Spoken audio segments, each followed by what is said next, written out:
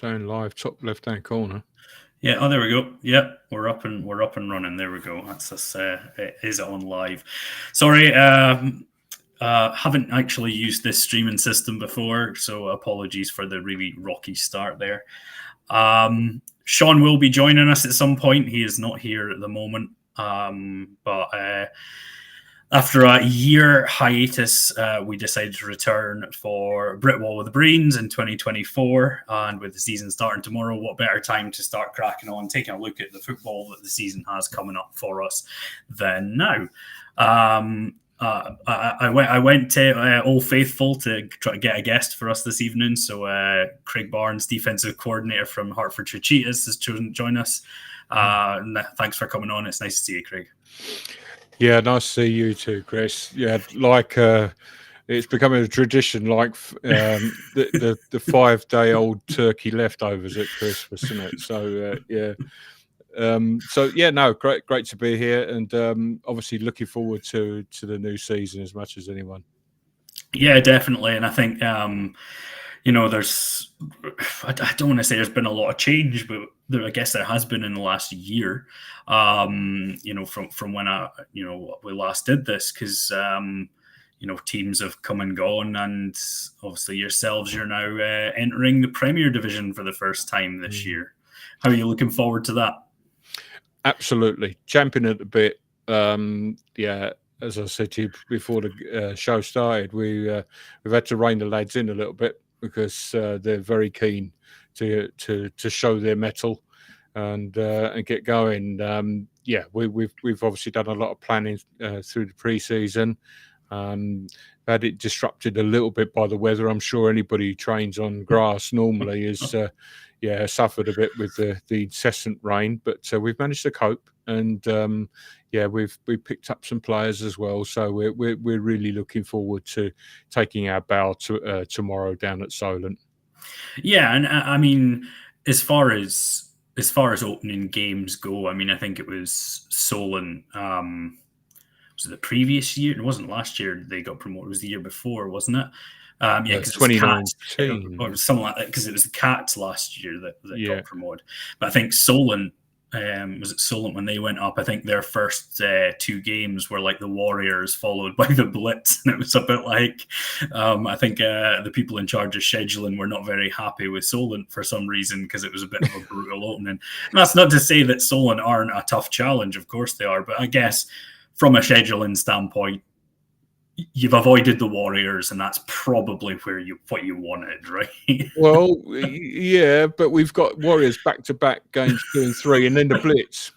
So they're giving us a little bit of a baptism of fire as well. So. That's for sure. I mean, the thing is especially with the Prem South. I mean, even the North is the same these days, but the Prem South, like, there are no easy games. It's just pure brutality with some of the teams that are in there as well. And you've got Bristol, and obviously they're a team on the rise as well. So I mean, a lot of games, I guess, to look forward to as well. And I'm sure, like, yourself and the guys will be really excited about it, because those are the games you want to play, right? You want to play the best teams. That's the reality of it. Oh, absolutely. Apart from the fact that our travel bill's being cut in half this year from, we haven't got the UK tour that we had last year, but absolutely. I mean, you see these teams and you read about them, you watch the videos, the Warriors and the Blitz, and these rich traditional teams, and Bristol, as you say, looking a very powerful outfit coming up through the ranks. They've been building for some years now, recruited a lot of good players. But even teams like Cambridge that are starting to look more solid now, finding their feet in the Prem Division. What we want really is, there will be inevitably a team that goes down from the Prem each year. But we want it to be an absolute war, like Division 1 normally is.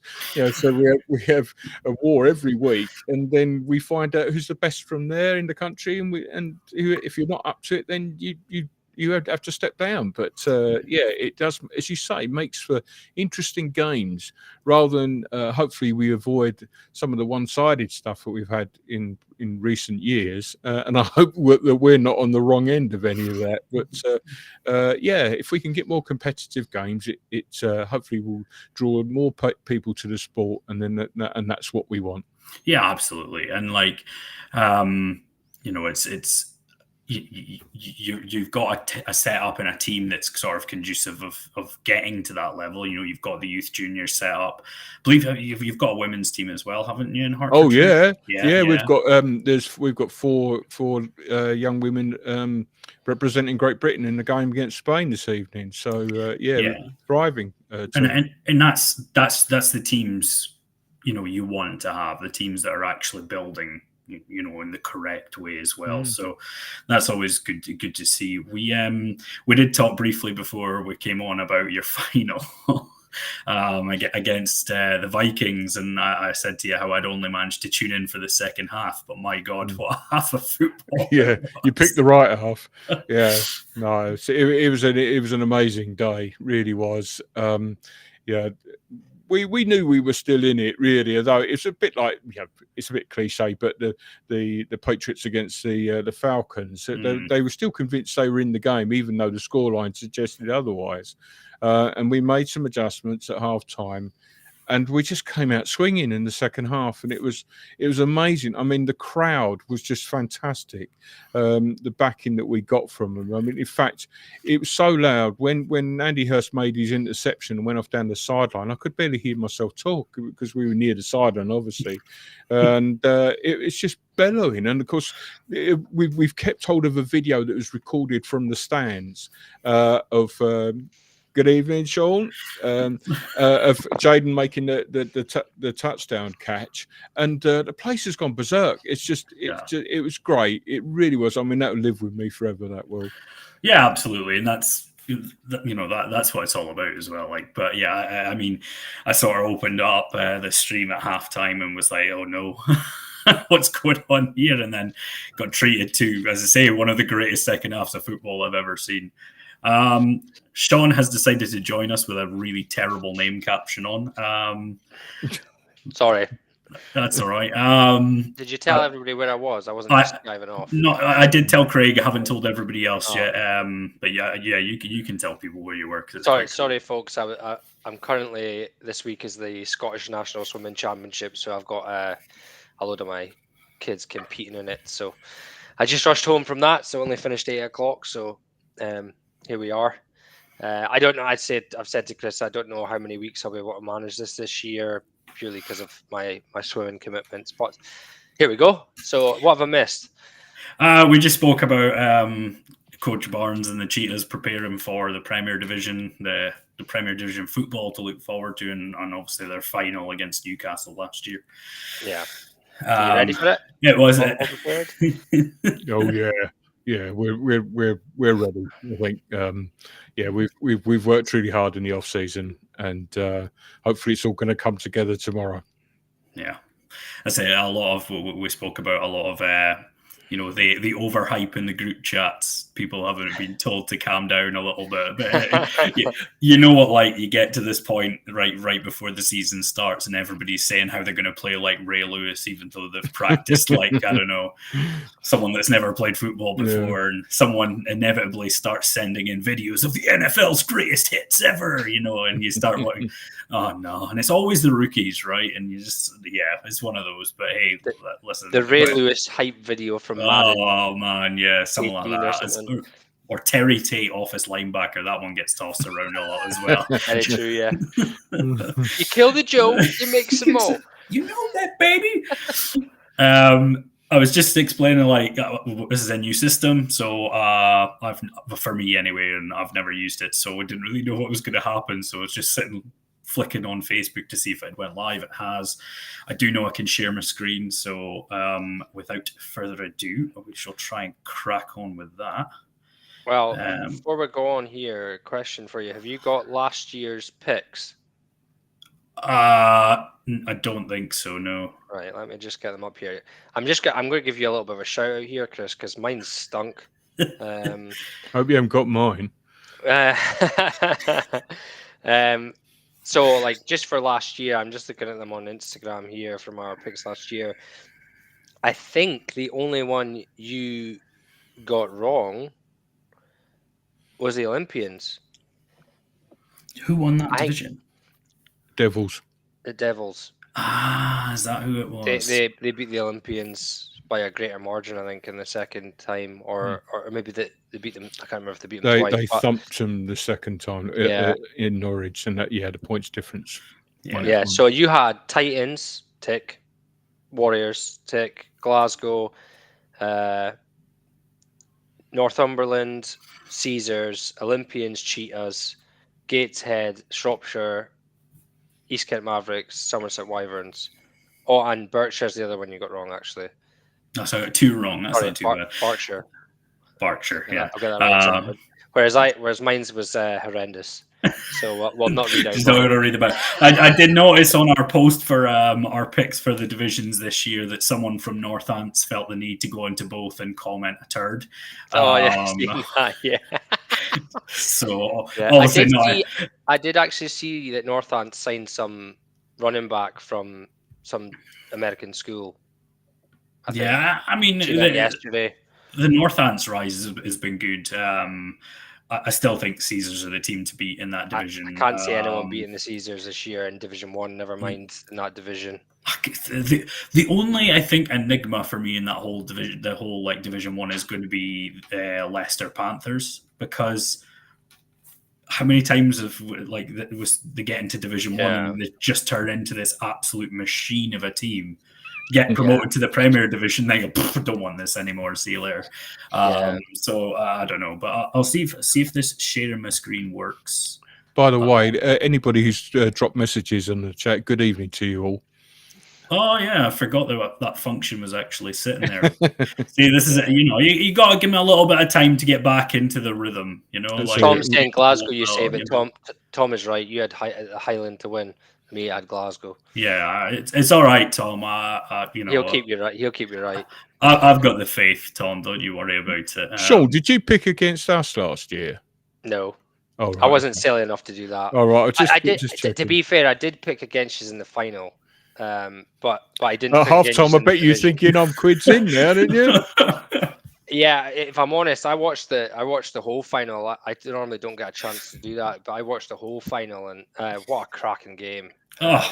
Yeah, tale of two halves, but what a cracking game that was. I mean, you almost cleaned up every cliche in the book, right? It's not over till it's over, and game of two halves, and all that. Yeah, just hit them all. It was good. I'll see if this is going to work, because I've tried to do something. Can you just click on it? Yeah. Yeah, Craig, you're getting told to have an early night. I will. I'll go straight to morning. I'll go straight to bed after this. Right, I'll try this. Can you see that? No, it's not popping up. That's unfortunate. So can you not click on the text like we used to be able to? No. Forgive my technical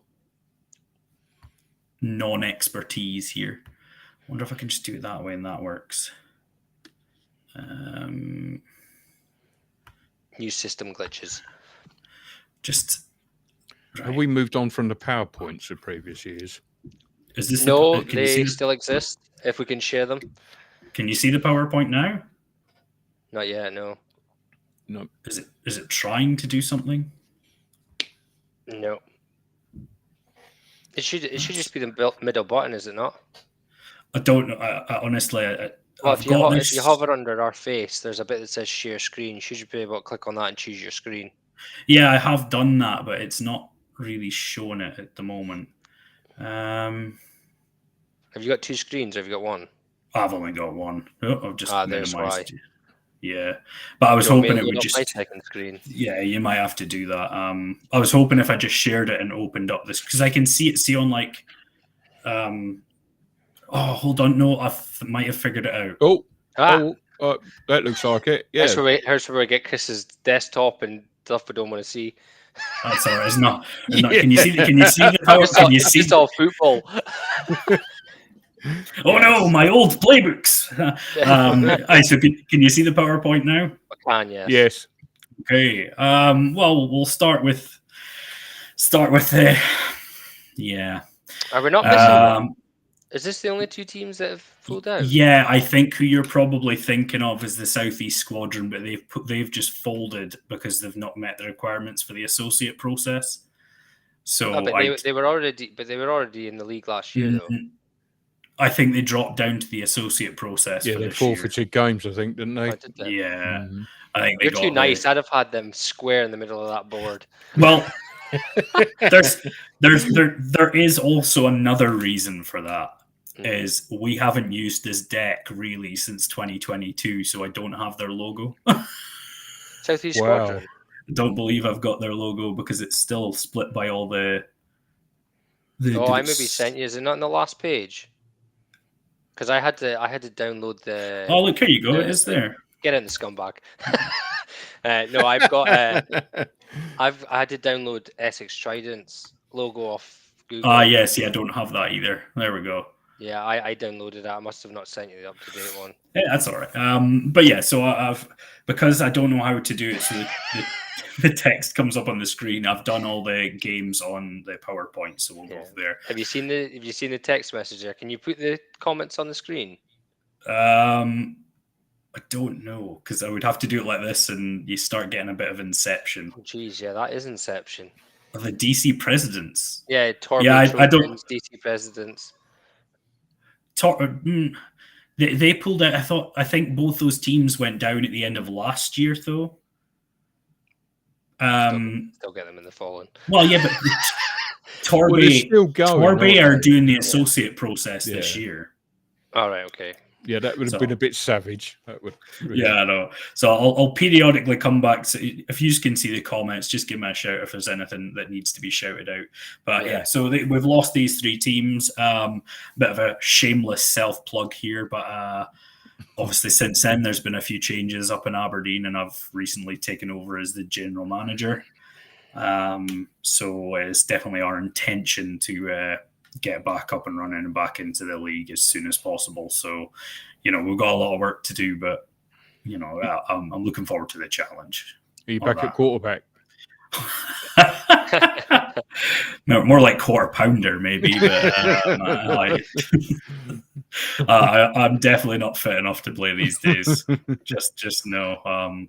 Unfortunately, we had COVID, which we weren't allowed outside for, and then I came out of that lockdown, played 1 and a bit games and ruptured my ACL. So then had the recovery from that, and then I moved to America for a year. So I am definitely not in playing condition by a long way. The years have not been kind to me, Craig. And I got married last year, and I'm now barred. So we're both out. Yeah. So I'm doing the administration side. We'll see what happens. I did coach. I was head coach in the Roughnecks in 2022 before I moved. Still, hands down, one of the probably stupidest things I did was I got my ACL reconstruction surgery on the Friday and then coached a game from a wheelchair on the Sunday. I borrowed my dad's electric wheelchair to coach the game on the sideline. You like Patches O'Houlihan and dodgeball. That's probably what I looked like as well, Dodge, dive. I thought you were Davros out of Doctor Who. You'd be all right. I was probably throwing ranches at players as well, but or the ranches. No, I would not behave that manner towards an official. Yeah. Right. New rules. Yeah. Well. So they've communicated, or it's existing etiquette, but they've reinforced that coaches don't have the right to ask questions. Someone said here that that's what you call passion. Indeed, it is. Turning up and doing a game like that's passion. Also said you look like Professor X. So a backhanded compliment there. You know what though? The worst part about it is we have a wonderful photographer up here in Gail Davis. She does an amazing job, and for some reason, she didn't get one picture of me. Oh no, I know why. She wasn't at that game when I was coaching it from a wheelchair, so there was no photographic evidence. But trust me, it happened. Probably for the best for your insurance policy. Oh, I know they would have probably given me in trouble.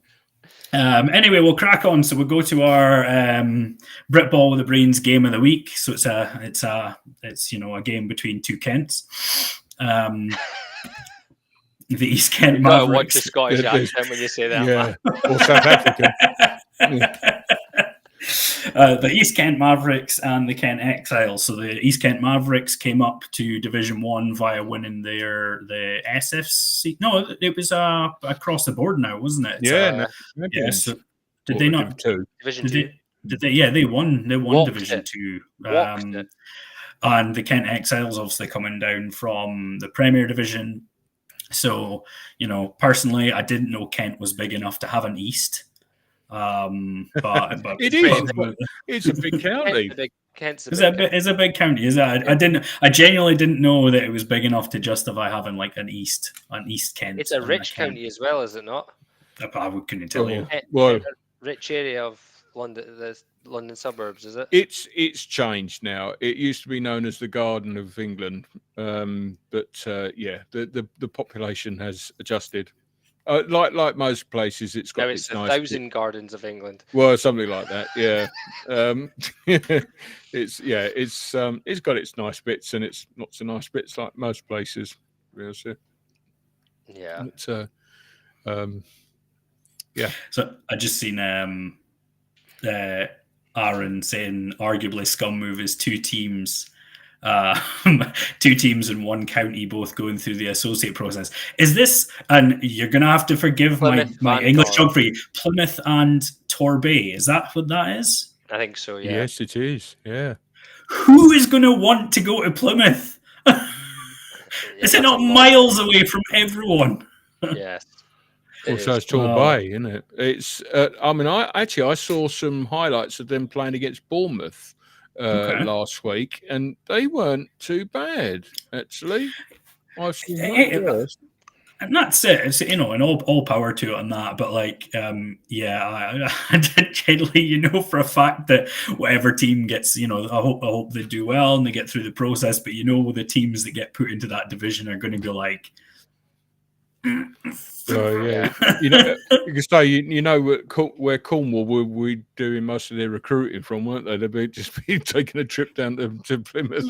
Yeah, it's amazing, crazy. Oh no, but so I just there we go. But so obviously, what happened with the Mavericks and part of the reason why I picked them to win Division 2 last year was I'd seen people in the know. Discussing the amount of players and coaches that had moved to East Kent, people from GB set up and all that jazz heading that way. Probably a few exiles as well. So yeah, this might be quite a tasty encounter between two teams that might not be very happy with each other at the moment. What do you think, Sean? Yeah, I'm kind of in the same boat. I'm really struggling where to put my allegiance here. I've put this as a 21-all draw on the scorecast.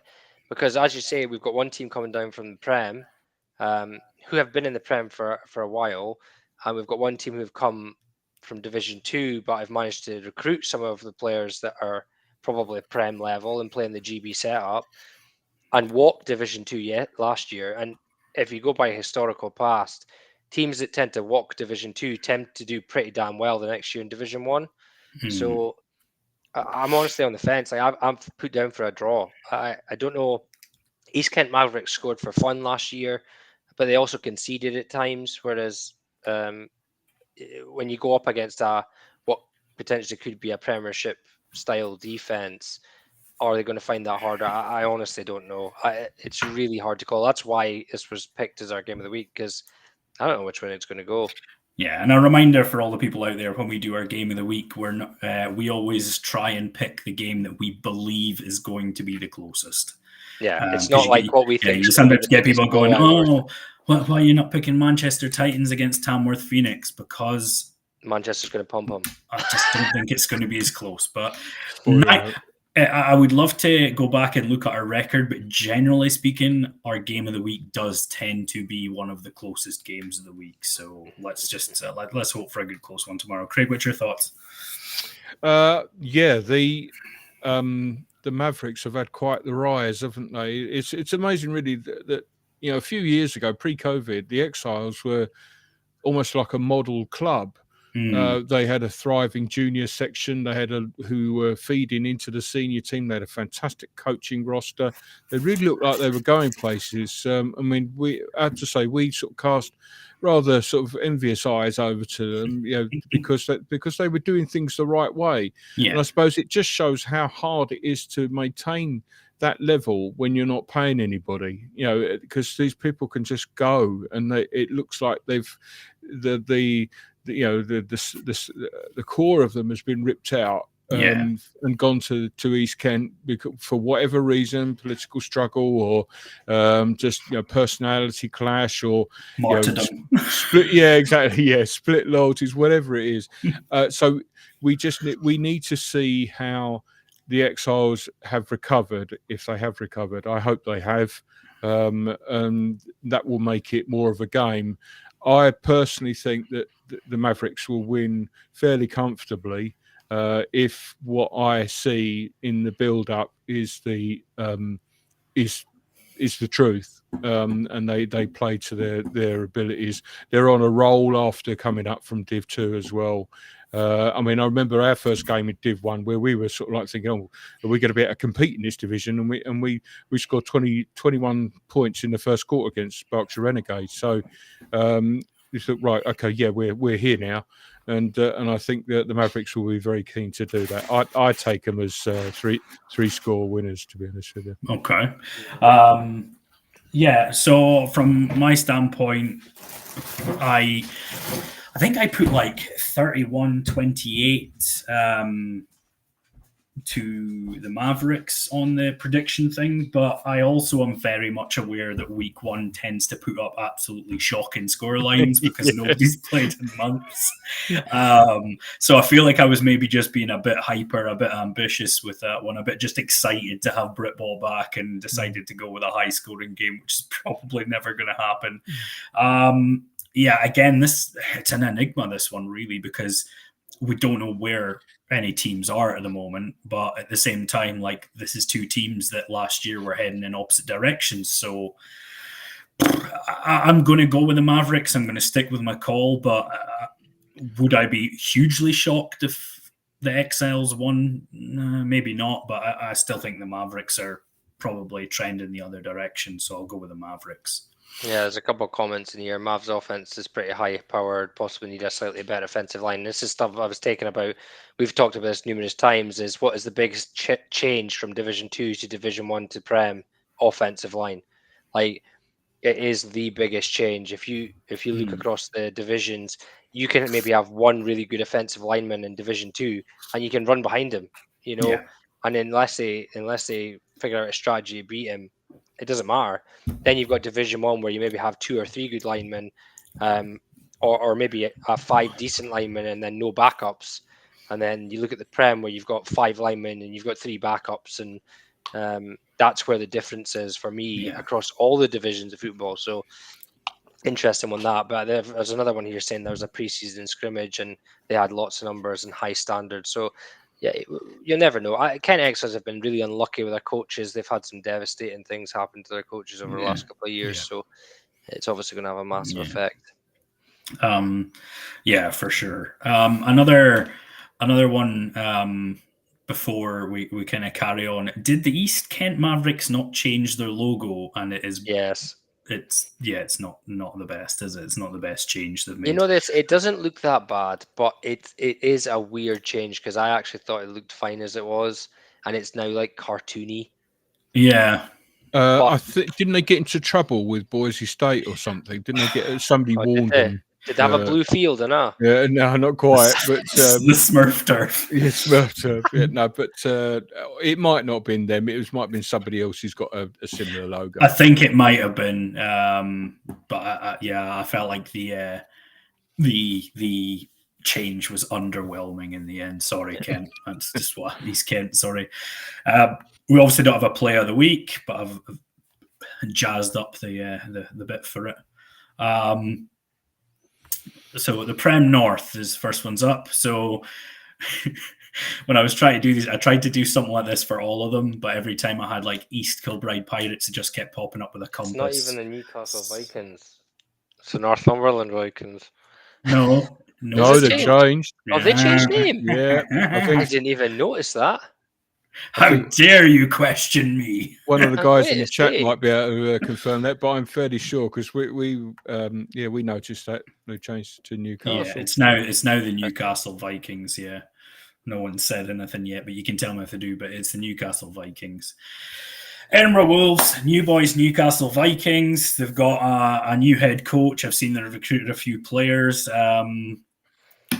Craig, do you want to take this one first? Yeah, might as well. Might know. I've got recent experience of them.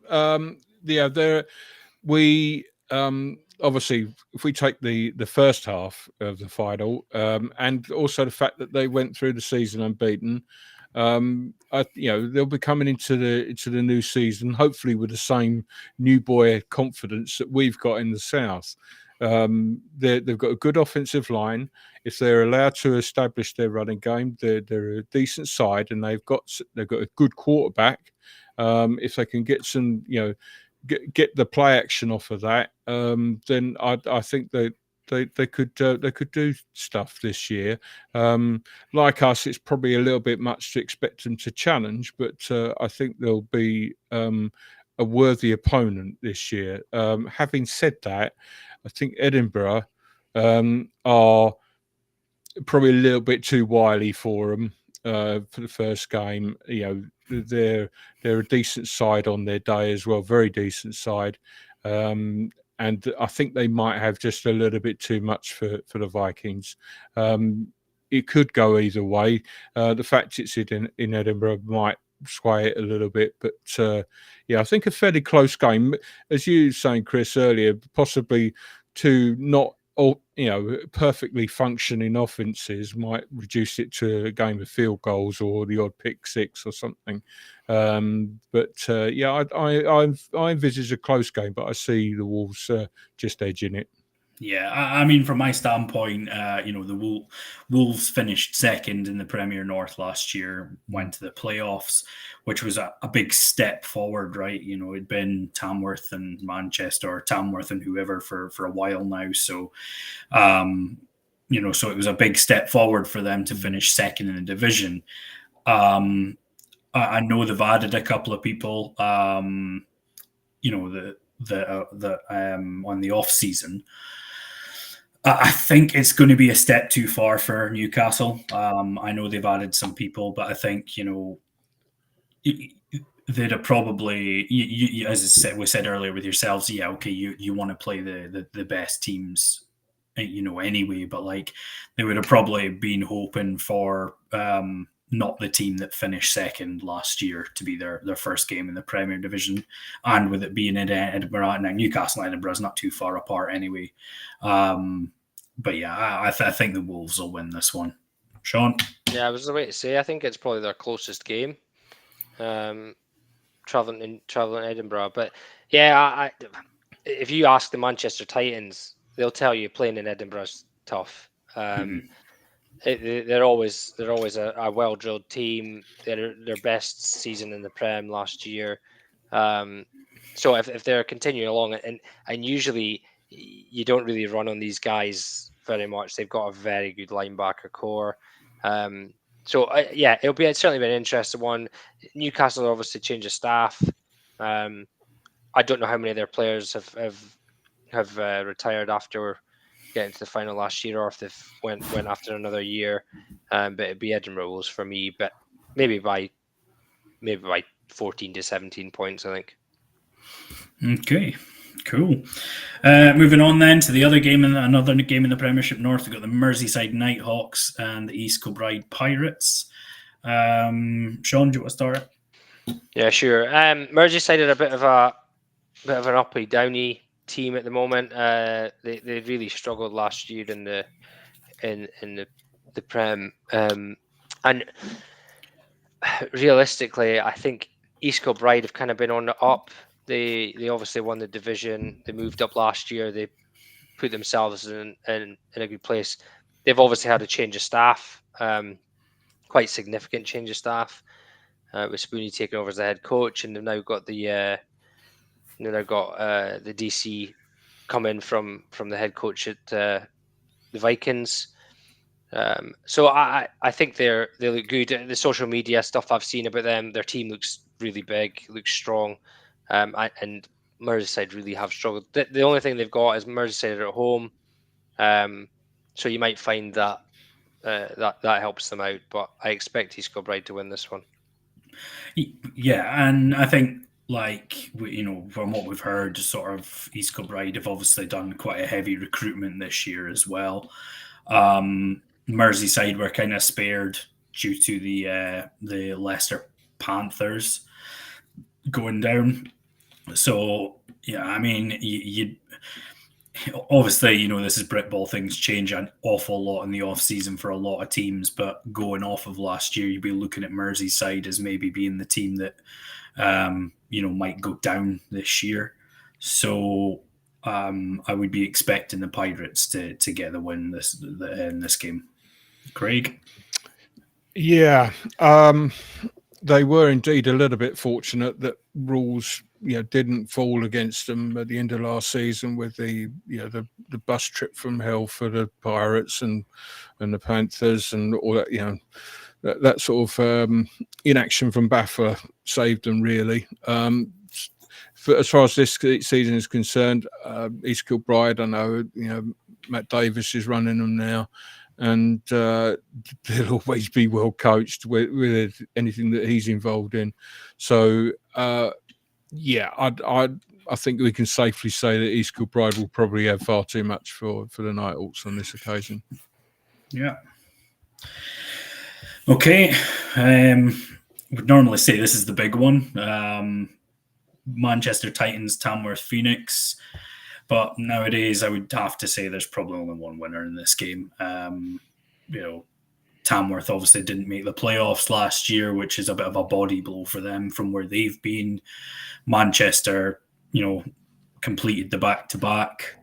I expect the Titans to win this one, Craig. Yeah, like with all these first games, I don't know why I keep coming on the preview shows because I'm sort of hanging myself out to dry every year, and but the Tamworth, they've got a new head coach, Neil McMaster, and the vibe coming out of there is that they've had a decent pre-season, and that they've recruited, and there seems to be the constant pool of players going from club to club in the Midlands, and it may be that some of them have settled on in Tamworth this time. So yeah, I think we're under no illusion what the result might be, but it will be interesting to see how Tamworth perform and what sort of fight they're able to put up. And you just hope for a competitive game. I think the Titans will win though. I think Loughborough are near Tamworth, are they? Did Loughborough Uni not do quite well this year?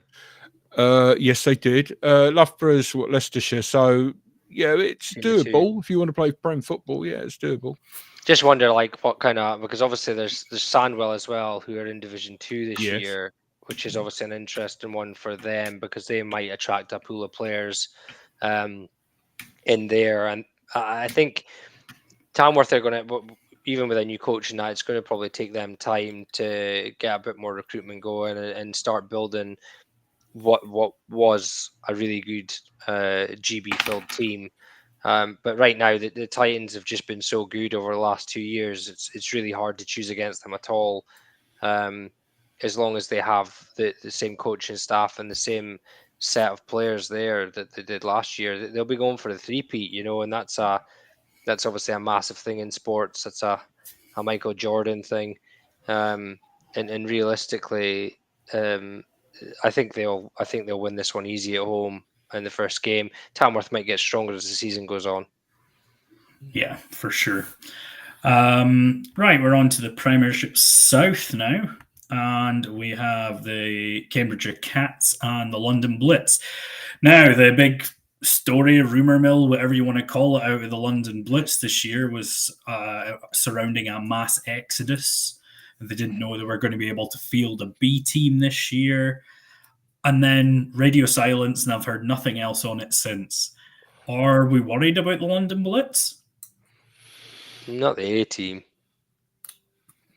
They're going to, let me be fair, they're going to support the A team over, like, they'd probably rather let the B team suffer than the A team, you'd think. But then after that, where the guys that have maybe been drafted in from the B team, are they ready to play at the A team level? That sort of thing. I don't know. I mean, this is one of the games where I just don't know, because if the rumour mill is close to accurate, then the Cats have to be fancying the chances tomorrow. Well, I've got to apologise to the Cats anyway, because I thought they had no hope last year, and they most definitely competed in a lot of their games, and they put up a lot of points against some really good teams. There you go, Luke. The head coach from the B team is now the head coach of the A team. There you go. So I think realistically, I've just seen Adam Barbosa's comment telling me to back up my document. I think for me, Cambridgeshire will score points here. So can the London Blitz have an offense that'll do the same? I don't know. I say you don't know how many players have left, and mass exodus might be they've lost an entire position. It might not be they've lost loads and loads of players. You just don't know. So the thing is, I mean, it could be something along the lines of, we've only lost 5 people, but it could be your 5 offensive line. Cambridgeshire isn't far away from London, so I would expect London to still win this one, but I think it'll be mighty close. Someone's saying it's happened before. Both the Olympians and Bulls had B teams in the 90s, and the A teams folded and the B teams took over, which is really strange. But yeah, I think London will scrape this one. Their defense tends to be good enough to not concede too many points. Craig? This, I think, is one of the most intriguing games of the entire slate of fixtures. What you have to understand, as far as the Blitz is concerned, that they are 2 separate entities bound in name only. So that they have their entirely different culture, coaching staff, and playing staff. Now, if you look at some of the stuff that has come out, by the way, Russ is correct.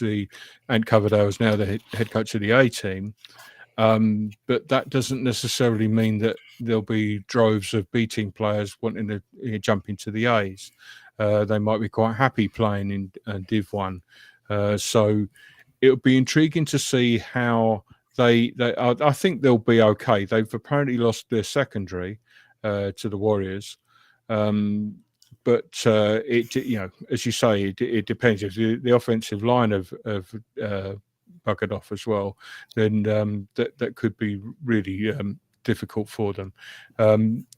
Cambridge, on the other hand, as far as I know, have recruited some of the Americans from Norwich Devils, so they're stronger. There goes my Norwich Devils pick for this season. They weren't good enough to beat us, but they may be fitting into the Cambridge system well. And I am really looking forward to seeing what happens in this game. Actually, it could be a bit of a pointer to how the season's going to go. It wouldn't surprise me if Cambridge won, because they may well be the stronger team, as it were, because whatever you say, it's a tough situation to have that uncertainty at the start of the season. So it's going to be a difficult job for Ant Coverdale to get the ship quickly. So I take Cambridge in a close one to win that one. Yeah, it's someone saying here that all 16 GB players from the Blitz have left.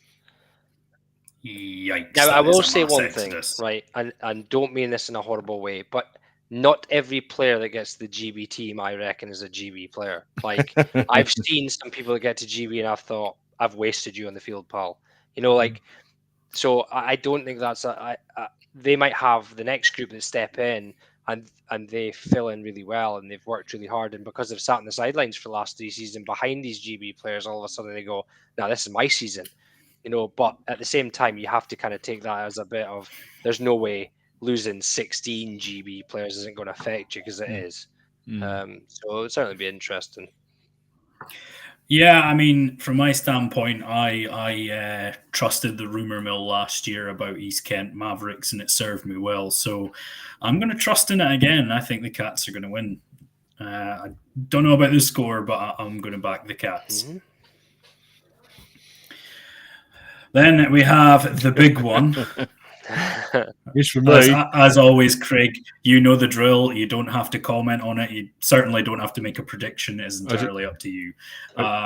Solent Thrashers and Hertfordshire Cheetahs. Would you like to go first? I was just going to say, I'd like you to spell Hertfordshire correctly. At least you can say it properly now. It's taken you 4 years, but yeah. Yeah, I'm not going to say a lot other than I'm sure they're as ready as we are in terms of our preparation, and we're going to be going hammer and tongs at each other tomorrow. It's going to be a great spectacle, and hopefully my lot will come out on top. That's all I can really say on that. Yep. Well, it'll certainly be interesting from Solent's point of view as well, as obviously they've had Steve Rains for so long. Now got a new coach who will probably have a new philosophy, new schemes potentially. But they have got a big pool of players. They've had that for years. I would assume that folk have not left that program. There isn't really, Portsmouth is probably the closest, potentially Bournemouth, but realistically, this is the best team down that neck of the woods at the moment. Hertfordshire obviously have done extremely well the last few seasons, and they end up coming back in that second half in a really strong run game, which is really important in the Prem. So if they can get their offensive line in motion and get that running back going early, then it might cause Solent problems. Unfortunately, I'm going to pick Solent for this one, but I don't think it's going to be by much. I think this will be a really tight affair. I think Solent maybe win this by 10. All right. Yeah, I mean, this is the great unknown. Obviously, Coach Rains not being there is big. You can't have the impact that he's had and it not be a miss to have him out there with the Thrashers this year. I think at times the Thrashers were a bit of a tough watch last season, kind of almost that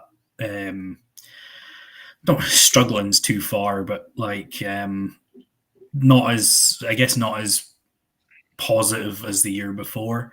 Hertfordshire, obviously, we've got Coach Barnes here, and they've done extremely well to get into the Premier Division. They've got a great setup. This is a tough one for me. I'm going to say Solent, but I think it's going to be such a tight game.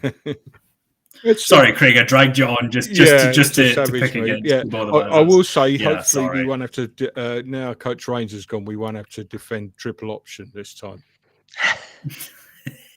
Well, that's the thing as well. Like, how do you, do film prep for Solent now? You can't.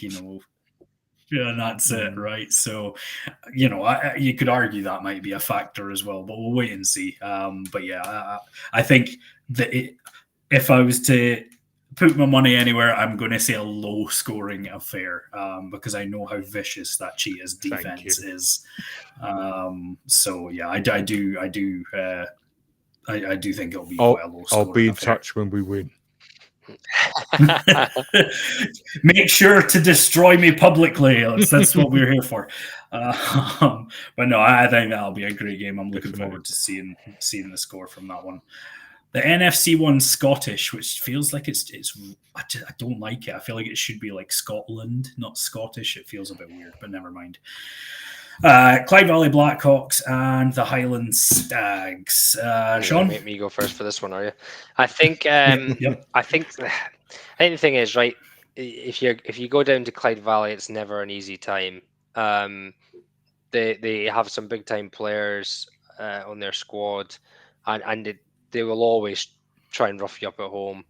The problem they're going to run into here is I think the Highland Stags are the best team in this matchup here. Is that they have a really strong squad last year. They've managed to get a couple of players from the Roughnecks as well, and that kind of the mentality they always have is they will just run it at you constantly, and they're really physical. So I remember even playing them in associate and they were physical. I think that if they bring a big squad down to Clyde Valley, it's going to be on Clyde Valley to kind of make sure that doesn't happen, and that they can push themselves much. I don't think this will be an absolute hammering. I think the Highland Stags will probably win this by 2 touchdowns because I think it'll be a really cagey affair to start with. Apparently, Aaron's saying it's not full Scotland; it's Scottish. Aaron's back, everyone. Aaron, I'm not mad. I'm just disappointed. I thought it was funny. It's one of those. It's so bad, it's good, right? Yeah, I mean, look, the Highland Stags are a class outfit. They've got great facilities. They're well run. Their youth, or is it their junior? They've got their youth programs really good. I struggle to see how Highland don't win this game. I think maybe potentially one of the only reasons they won't is before I knew I was having any involvement with the Roughnecks this year, I asked Tom if he felt like they needed a 5th string quarterback, and he said no. He turned me down. So yeah, thanks for that one, Tom. He also put several laughing faces, so I'm a little bit offended. I'm a bit hurt, but no. We know how physical Clyde Valley are. They always are. But I think the squad size and that of the Stags will probably be too much. Has Tom said anything? Yeah, it's well done to the Wildcats winning both their games today. They must still be on a roll, that lot. They're amazing. They really are. Yeah, as I say, they're class. They are class. Mm-hmm. We only have 0.5 knees. Other... No, he doesn't. He has 0.25 knees. Listen, I have my left knee works just fine. Technically, he probably has 4 knees and 1 kneecap. It's just my right knee that doesn't work anymore. But at least if it wasn't Highland hitting me this time, I'd maybe survive it. Did Craig get shot for the Scottish Division there? Sorry, Craig. I've moved on without you there. I will be brief with this one. Highland Stags, I don't know whether it's like the coaching staff doesn't move through with them because they are building, but their youth setup has been fantastic for years and years. You think. That's because it's taught in the schools. Oh really? Oh right. Yeah. Oh fantastic. The boy that set up or didn't set them up, but he took the Highland Wildcats to the next level. I'm sure he has it integrated into the schools now. Right. Is that Robbie Paul? Yeah. I'm sure they have some involvement with the schools. I think it's maybe just flag level, but Tom will maybe correct me, but I'm sure they have it, and I'm sure they have it involved in the schools.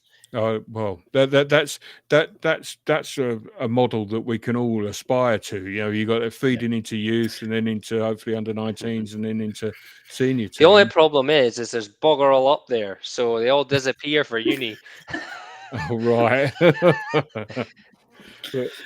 It's all right though. They all work the farms during That's the why summer they're all so months, massive and physical. I know. If you can carry a hay bale, you can carry a defensive lineman. No, no. I have to say though, I do agree with you guys. That I think it will be fairly low scoring with the Stags probably coming out on top. I think. Fair enough. NFC 1 North, we have Humber Warhawks and the Sheffield Giants.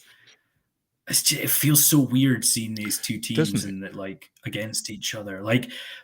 Because Sheffield Giants were obviously a Prem stalwart for so long, right?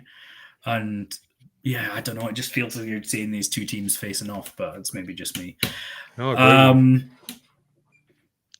Humber must have got promoted last year, did they? Yeah. Or they've been put up, yeah. Is it one of those? So. Is it to reshuffle? I mean, you'd have to expect the Sheffield Giants to win, I guess. With the experience on their side as well. I think they did all right last year. After their drop down to Div 1. But I would be expecting the Giants to win, but stranger things have happened. Yeah, Craig? Absolutely. Well, Humber, I think, romped through their division and then got upset really badly by Shropshire, wasn't it, in the playoffs? Something like that, They're apart from their social media game, which apparently is legendary, they've been trying to build something decent there. And yeah, I'm with you, Chris. It's Humber v Sheffield was probably unthinkable, really. A couple of years ago, even. But Sheffield, it'd be interesting to see. They're in a large enough population area. No, not many real threats in terms of players around them. And unis that they can build links with as well. So you would expect them to recover. They weren't great last year, as Sean was pulling faces as well, because they didn't play particularly. I think they had one upset or something like that. But generally, they did struggle. So hopefully, they've been able to to stabilize themselves and recruit and improve themselves. And honestly, this one is a bit of a shot in the dark. It wouldn't surprise me if Humber won. Although they were put up. It depends if they've been able to kick on from last season. If they haven't, then Sheffield probably have got too many big lumps up front for them to make an impression. But because, as you said earlier, it's often the offensive and defensive lines that improve as you go up through the tiers, and that's absolutely essential. All right, I'm going to go with Sheffield purely because they've been in the Prem, for goodness sake, So I obviously misremembered their season last year, I guess. It was you did, because they made me look like a complete pillock. Because I picked them to be a division winner, and that quickly went out the window. But in fairness, they've got new coaches, so we weren't expecting anything straight up. They will still have a good pool of players, like you said, Craig. Yorkshire have obviously struggled. They've had to replace their head coach, so you never know if someone will travel down from that or maybe in between. And realistically, they should be beating Humber. Now, that's nothing bad against Humber. Humber had a really good season last year. And again, they don't have much competition for where they are either. Quite a decent population size. So if they've managed to recruit again and build again, you never know. But for me, Sheffield should be winning this one by at least two scores. All right. More of a pillock, Aaron. Cheeky bugger. I don't think anything will ever top what Holland did to you. No. To be fair, although I did get Shropshire a belter a couple of seasons back. Yeah, that was good. Nottingham Caesars and Birmingham Bulls. I'll take the lead on this one. I picked Nottingham to win their division last year, and they didn't let me down. I'm picking them to win the division this year. I don't anticipate they're going to let me down. The Bulls did. I think the Bulls did, like in some of the games, they put up some really good fights. But I'm pretty sure when they played Nottingham, they were handled quite easily. I think there was one game it was quite close. It was a bit tight, but yeah. But the Bulls are physical. It's the first game of the season. I think it'll be tight, but I would expect the Caesars. Tom's saying, is Humber not something like 7 minutes from Scunthorpe? No, it's not. I only know this because I used to fly into Humber Airport for work one time, and no, it's not. It's a long drive. Did you just turn into Rihanna there? I think I did, yeah. For me, this is the Caesars should win this one. The Bulls did brilliantly last season. Actually, they had some really good games. They put up some points against some good teams. I'm sure it was Chester they had a shootout with, but I could be wrong. They if they've built again, they're in the same area. I know Sam will always go, Sandwell's not Birmingham. Sandwell's Birmingham for us up here. So So it's it's Tamworth. Tamworth. So it depends where all these players are going. If they feel like Birmingham had a really good season last year and they're potentially on the up, you never know. I don't expect Nottingham to lose this one. They should be beating the Bulls. Yeah. I think what every team should be doing with the Caesars is play the game and kick off at 8 o'clock in the evening because they've got such a young squad. They've all got to be in bed by 9. So yeah, they've missed a trick there. The Bulls traditionally have been like a bit of an arm wrestle team. They've had a very good defense and they grind them out, running game, ground and pound offense. They've got a new head coach, so obviously you got to sort of throw the thing to the wind, and so let's see how it all falls and settles. I would imagine that the Caesars will have far too much talent. There's a couple of lads that were playing for us in the juniors who have gone there to the Caesars, and they are very talented lads. And so we expect them to be good playmakers. And I think that they should have a little bit too much for the Bulls. My biggest question for Nottingham isn't this week. My biggest question for Nottingham is, did all your students stay around after June? You know, that's my biggest thing, because they obviously have a lot. Judging by their social media, they have a damn lot of players from the uni, which is brilliant. Do they live in Nottingham? Do they travel, or are they going back home? That's the biggest question for me later in the season. But realistically, right now, if they're full strength, they should be beating Birmingham. Yeah, the one we wanted is staying in Nottingham. No. Damn. Yeah. Oh, fair enough. We've got the Shropshire Revolution and the Northants Knights. As I say, we've got the Northants Knights player who's decided that our opinions are turds. So we'll see how that influences our opinion of the Knights. Especially because it's against Shropshire. And Shropshire did this to me a few years ago. Your opinions are shit. My opinion turned out to be right. Which I've not lorded over them at all. No, it's the first time you mentioned that. In fairness to Shropshire had a much better season last year, building back in Division 2. And the only team that really made them look a bit silly was East Kent Mavericks in the final. And I think, like, Shropshire, if they've done a decent job of that. Can they carry that into this season? Northern Knights last year were a kind of middle of the pack team in their divisions, not the conference, if you like, and they're away from home, right? So if they have recruited a guy that played running back for some school in America, it might be amazing, But for us average UK folk over here, we have no idea. He could be running behind an offensive line that has nobody. So you just never know. Northern Knights should win this game. That's all it should be said. They should win this game. But Shropshire are going to be at home in their opening game of the season after getting to the final last year. They should be up for it. They should have a good goal. Mm-hmm. Yeah, I think Greg? Northampton is another one that sort of you should have a subsection on with your scumbag teams. Have a subsection for enigmas, because Neil McMaster's moved to Tamworth. He was the OC at Northampton, so they've had to rebuild there. How have they recovered from that? As you say, Sean, they've got this running back who. You can't give it to him 60 times a game. You can if he's Derek Henry. Yeah, well, yeah. And if the Ravens don't do that next year, I'll be raging. Well, it lasts half a dozen games anyway. But they should. Shropshire have come up after, say, getting their backsides handed to them in the final. But I really can't call this. I'm going to go with Shropshire, to be honest, because I just don't. I've seen them more recently than I know what the Northampton Expect Knights the are hate doing. in your socials. Oh well, yeah. It might have changed from Dave Butler anyway. So we shouldn't be telling your social media accounts to the Shropshire people, because They might be outside your house with pitchforks I've and just picked them torches to at some win. point. They No, won't not be after me. shop, sir. There It'd won't be be shop there. Northampton. So the Northants Knights, yeah, sorry, the There'll be a bag of Northants food I Knights. love you them left all. in the box.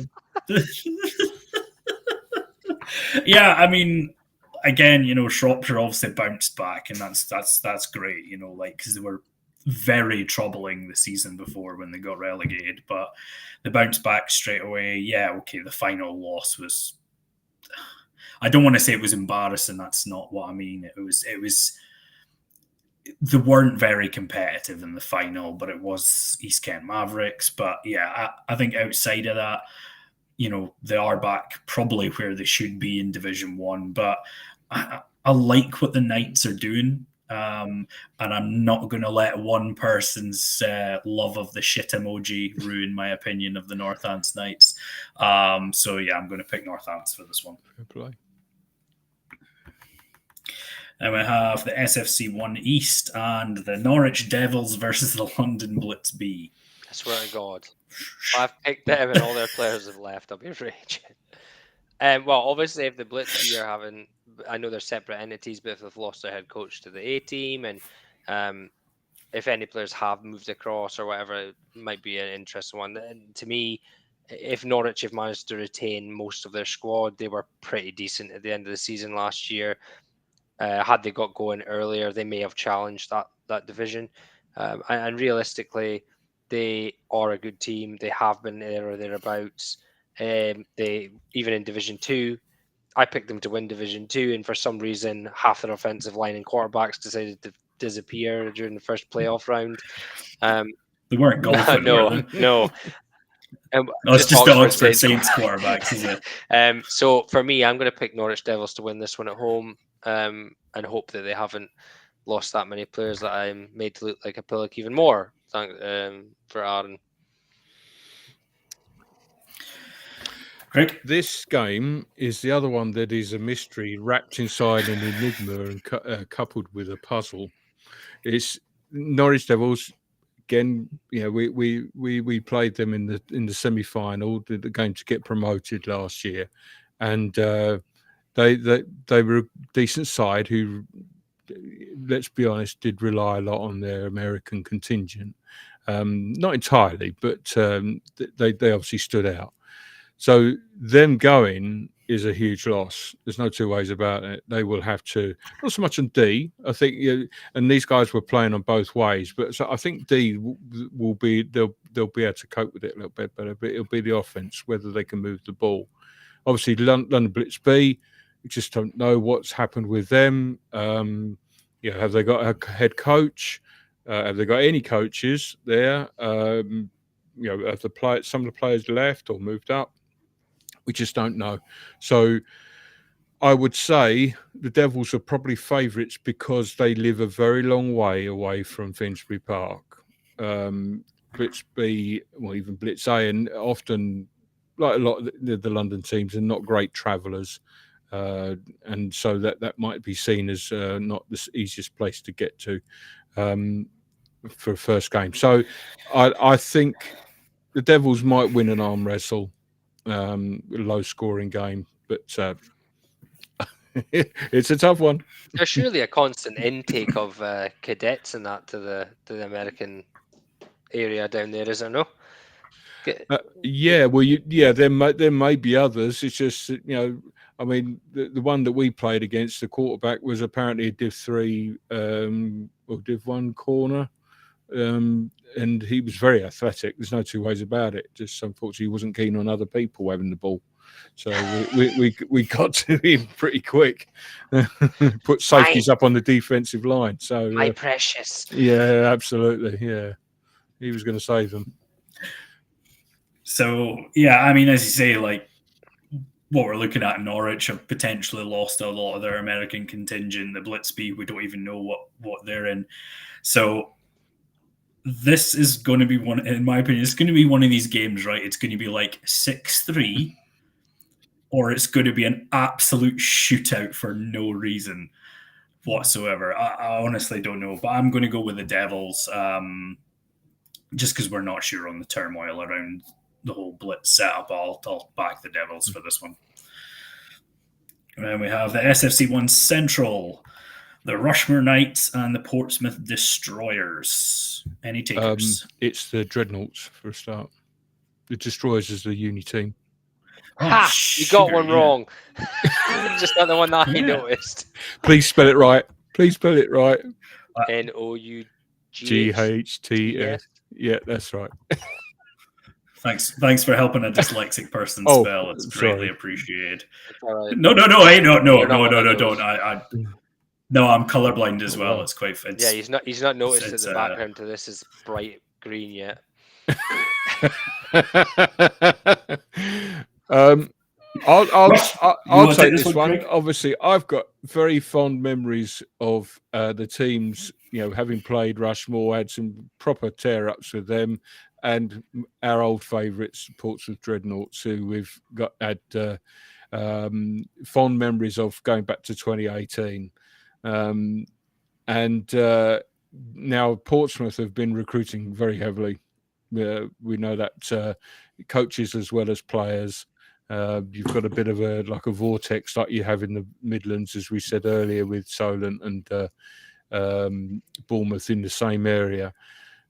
I personally think Portsmouth are going all the way this year. I think they're going to be the strongest, one of the stronger teams in the south.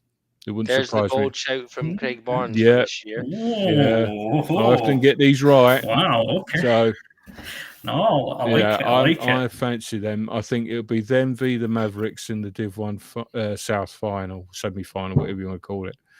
Yeah. Oof. Okay. And I think Rushmore will. I don't want to say nasty things about them because it's not nice, but they need a fresh injection of player power, I think, for them to really kick on. They're half decent. They're a great bunch who've recovered from relieving themselves of their head coach the other year, and so they certainly came back from that. But they do need to get some more players. They've got a fantastic under-19 section, so those players will filter in eventually. But you can't play kids, in adult football if you can avoid it. So it'll be a little while before they come online. But I think the Dreadnoughts will win this. Well, that'd be interesting because you'll be down in Portsmouth sooner, Yeah, I'm going down at the end of May, beginning of June. Unfortunately, the Dreadnoughts are on the road that week to Wembley, but it's not too far. But I've also I think Solent are at home that day, so someone had asked me to go to the Solent game. But I'll see what one Sportank's live stream, and I might try and make a guest appearance in the booth. But we'll see how that goes. Yeah, I think for me, I've yet, obviously Craig will probably know more than I will at the moment in terms of the teams down there. But I struggle to put my faith in the Dreadnoughts to beat Rushmore at home based on what I've seen last year. I think Rushmore were up and down last year. They had some really good results. They had some weird results. And again, they're another team that I believe had a really good running back. And when he's there, he's great. And when he's not, nothing seems to happen. Whether that's true or not, you can only, we are not there every week. So we only see what we see on social media and through different channels of people talking. But I think at home, opening game, Portsmouth travelling up, I think Rushmore would be my pick for this one. Yeah, I mean, were the Rushmore Knights not just one of the most bizarre teams existing? Did they not wasn't it 1 week the won against a good team, and then the next week they lost by 30 points or something like that, and no one could really figure out what they were doing each week. That's the biggest swing. They were also doing that Well, they were doing the no punt thing, right? Oh, yeah. Oh, my God. Which is weird. Yeah. If they found a kicker, then they might if they found a punter, then all of a sudden they might be better field position every drive. Because I'm sure somebody mentioned to me something along the lines of they were in a 4th and 30 plus on their own 2 or something like that, and they still went for it. It was probably me. When we played them in the playoffs in 22, they went for it inside their own 20. And we scored. So yeah, but I find myself being really hard to be shocked by that. I mean, as you say, they've changed their head coach and that, but they did have some good results. Maybe with the change of coach, they've held on to the guys that helped bring them the good results. Portsmouth were, I think they did okay last year, but I'm not 100% sure. They were beneficiaries of the realignment. They've been moved up. Yeah, but it did make the playoffs. But I think they not hold their own at least fairly well. Like despite that, because a lot of teams that get that false promotion tend to struggle. But I think they did okay, if not great, but okay. I don't know. I mean, I'm going to go on the assumption that the Rushmore team that we'd expect show up and that they are able to get the win. But if Portsmouth win by 30 points, then it'll be to like the surprise of no one either. But yeah, I'm going to go with Rushmore on this one. SFC1 West, the Bournemouth Bobcats and the South Wales Warriors. I've spelled Bournemouth wrong. Yes, you have. You are on a streak today, like. What's a born moth? A born moth. Eat your clothes. Pretty much. Yeah, I think I'll take this one.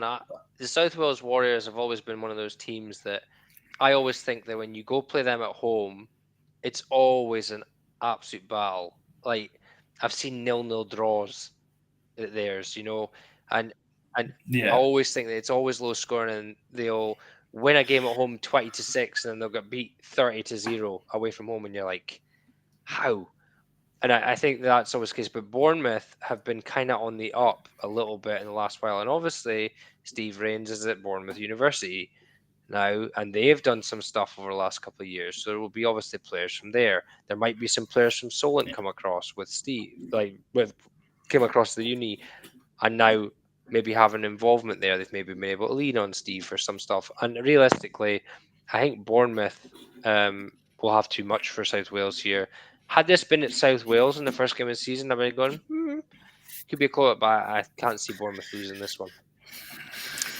Yeah, two teams that gladden my heart because obviously we've played them a few times over the last couple of years. South Wales, I just hope to God they've got rid of that god-awful offense that they had last year. Unbalanced single wing-back thing that they were doing. It was an absolute nightmare. And hence why you got the 0-0s, to be honest with you, because it wasn't working. I'm sure they'd admit themselves. Good defence, really good defence,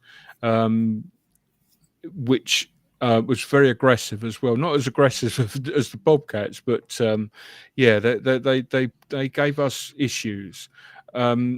Bournemouth, apparently Sam Chance, their golden boy quarterback, has retired. But to be honest with you, the lad that played against us, number 14, when we played them down there, we found him more of an issue. He's got a good arm on him. If he's still there, and again, I was saying earlier, I watched this highlight reel of the Bobcats playing the Plymouth associate team, and they looked all right. They looked in control, I have to say. But Plymouth were pretty reasonable, but Bournemouth looked in control. I think they'll probably have too many weapons. And they've got a ferocious defense as well. I think they'll, and as you say, Sean, like they may well have recruited from the uni, and therefore they're getting decent players. I mean, we've picked up a couple from there as well, and they've got good technique. And so, like you'd like to think that they'll be able to carry that over. So I think Bournemouth will win at home. Having said that, this same fixture last year, South Wales won it in a real snore fest, but they won 13-7, I think it was. But but I think Bournemouth will win this time. Yeah, I'm with Sean as well. Like, I think Bournemouth being at home is a big factor here. South Wales generally don't travel well. That old cliche of not being able to get off the bus. The Bobcats have done some good stuff. You might find, as said with the university, that some of the university players may have went to Solent because Coach Rains was there. Now they might be more likely just to stay closer and go to the Bobcats. But I expect the Bobcats to win this game. I think it'll be an absolute slogfest, but I think the Bobcats I can't tell if this comment has come in as serious or not. It's saying 14 Bobcats have left. They've gone to Canada. Jordan means number 14 who played for the Bobcats. Oh, oh, I was thinking to myself, why are they all going to Canada?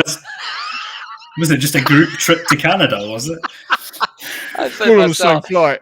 That's a bit strange. 14 of them going to Canada. I mean, it's a nice place, but geez. Okay, that makes sense. So, who knows then? Maybe the left-handed guy that used to be number 2, who's there for 25 years or whatever. Perhaps he's come back. I don't know. But, it's like a geese flying north for the winter. Yeah. 14 have gone to Canada. Okay, that'll be an interesting one then.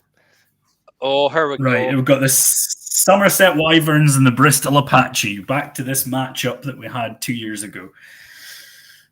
So I'll go. I'll take this one. Yeah. We've got a lot of warm feelings towards Bristol Apache, who played them twice, obviously, last year. Strong opponent. I mean, it was a real struggle in both games. Special teams was the difference in the first one. But I don't think we'd conceded a touchdown for about 3 games before they played us, and they got one on us. So if they're allowed to get that running game, is it Ed Green, number 8? If they can get him going, they're going to be a problem because they've got good coaches there. Their passing game is a bit inconsistent, but when it's clicking, they're a really good side, and they don't give up. So Somerset, I think, I don't think they'll get a shock coming into Div 1, but they might. I hope they're prepared for the upturn from Div 2, the Southwest, which is not exactly the hotbed of excellence that that they'd like it to be. It's and coming into against Bristol Apache will be an education for them. I think Bristol will turn them over because it's not as though it's a million-mile travel for them either. So it's probably their closest game, isn't it? So I think Bristol will win that. Yeah, I think it is interesting because these guys were obviously good rivals, and they weren't like, it wasn't one thumped the other one. It was always a pretty competitive game. I think Bristol have probably taken a step further than Somerset have at the moment. I don't know if they're getting to play on their cool pitch, but I do think Bristol will be benefiting from the Aztecs and benefiting from the Bristol pride down there and benefiting from that field because people want to go play on that. Even if it's 2 games a season, they want to go play on that. And I think that they'll have too much for Somerset. Sorry, Sean. I think they've moved from there. The Aztecs certainly have moved to a rugby club, which is still 4G, but they've moved away from the only American football field in the country. They train there, but they don't play their games there. But it would certainly the Aztecs. Well, possibly it's a bit of a cage as well, and they want the Aztecs certainly want that they've got somewhere with a stand and somewhere perhaps they can charge to. Aaron said Apache still playing at SGS, so okay, forget that. It's just the Aztecs have moved. The Aztecs have moved. The Aztecs aren't, but the Apache aren't. Oh, there you go. Which means that maybe even more reason to attract players there. Absolutely. What was the? Oh, all their home games, right? Okay, yeah, I see. I mean, I like the Wyverns, but I think Apache are probably taking that step forward, as you say, getting promoted the year earlier after winning the division. You're saying about the benefit, of the Aztecs down there, SGS. I doubt they'll be getting any benefit from UWE because they'll all went back to the ELF. I think the Apache will probably have too much for Somerset on this occasion, but I think Somerset are going to be competitive. The NFC 2 West, the Industries Bowl. So we have the Lee Miners and the Sandwell Steelers. Now, I'll go first on this one. Obviously, sort of Lee, really improved last year, and Sandwell had a tough time in a very tough Division 1 as well. They had like the Caesars and the Bulls and the likes, I believe. But I've kept a close eye on, the people running the Sandwell Steelers, and they've done a phenomenal job sort of really try to grow that team back up again. I know they've had a couple of preseason games. I know they scrimmaged the Olympians as well, I believe. So, and I did see one of the score lines from one of their scrimmages, and it was a significant victory for the Steelers.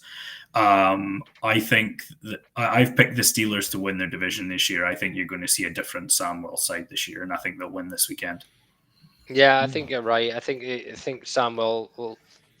They should have a bit more confidence going into this season. They're going into a division that a division lower. They'll have had a chance to rebuild. But the Lee Miners were on the up, and they're at home. It's not a huge distance to travel, but if the Lee Miners are getting any cast-offs from the likes of Manchester and Merseyside and that neck of the woods into their team that don't want to play in that level, then their squad might fill out, and you just never know. I think if Sandwell have managed to pick up a few players and have not lost any by coming down in division, I think they'll take this one, but it will be mighty close. Yeah. This is a tough one. Sandwell, as you're saying, Chris, I've followed them. Obviously, they've been putting out lots of great messages. Sam Astley is really working hard to build something worthwhile at Sandwell. They all are. All the coaching staff are working really hard, and they deserve every success, I have to say. And Lee Miners, as you say, like we're not entirely sure where they are at the moment. They're like you get with Div 2. Unfortunately, sometimes the social media isn't forthcoming, and so you're rather left to come to your own conclusions with how they're going to perform the following during the season. I'm going to go with Sandwell here because they're close to my heart, and they play in black and yellow, so it's a bit like a Grand National pick, and picking like a horse with a silly name. So that I have no reason to definitely say that they're going to win, but they deserve success, and I hope they come straight back up, basically. Yeah, get ready for some air raid football this year with Coach Butler. Defense stick. It's not their most successful concept, though. I know that one. To the surprise of many, stick. It was not stick, but I know what it is. As I say, all the best to them as well. I've followed what they've been doing. We're down to the last two, I believe. Yes. The Essex Tridents and the Sussex Thunder. It's the Sex Ball.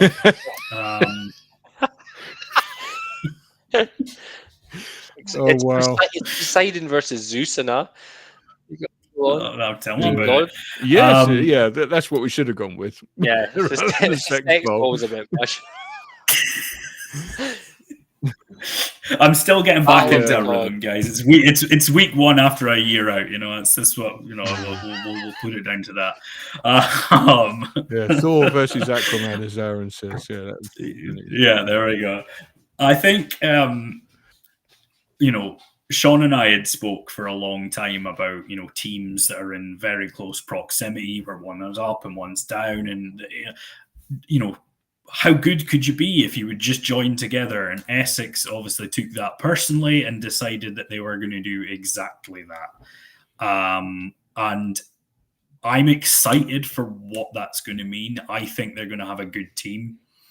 I've been wrong a lot before, so we never know. But the Sussex Thunder, they obviously looked like they were in a position, or they felt like they were in position to start up a B team a couple of years ago. That went catastrophically wrong, and it almost completely obliterated their first team as well. but they seem to have kind of bounced back a little bit from that.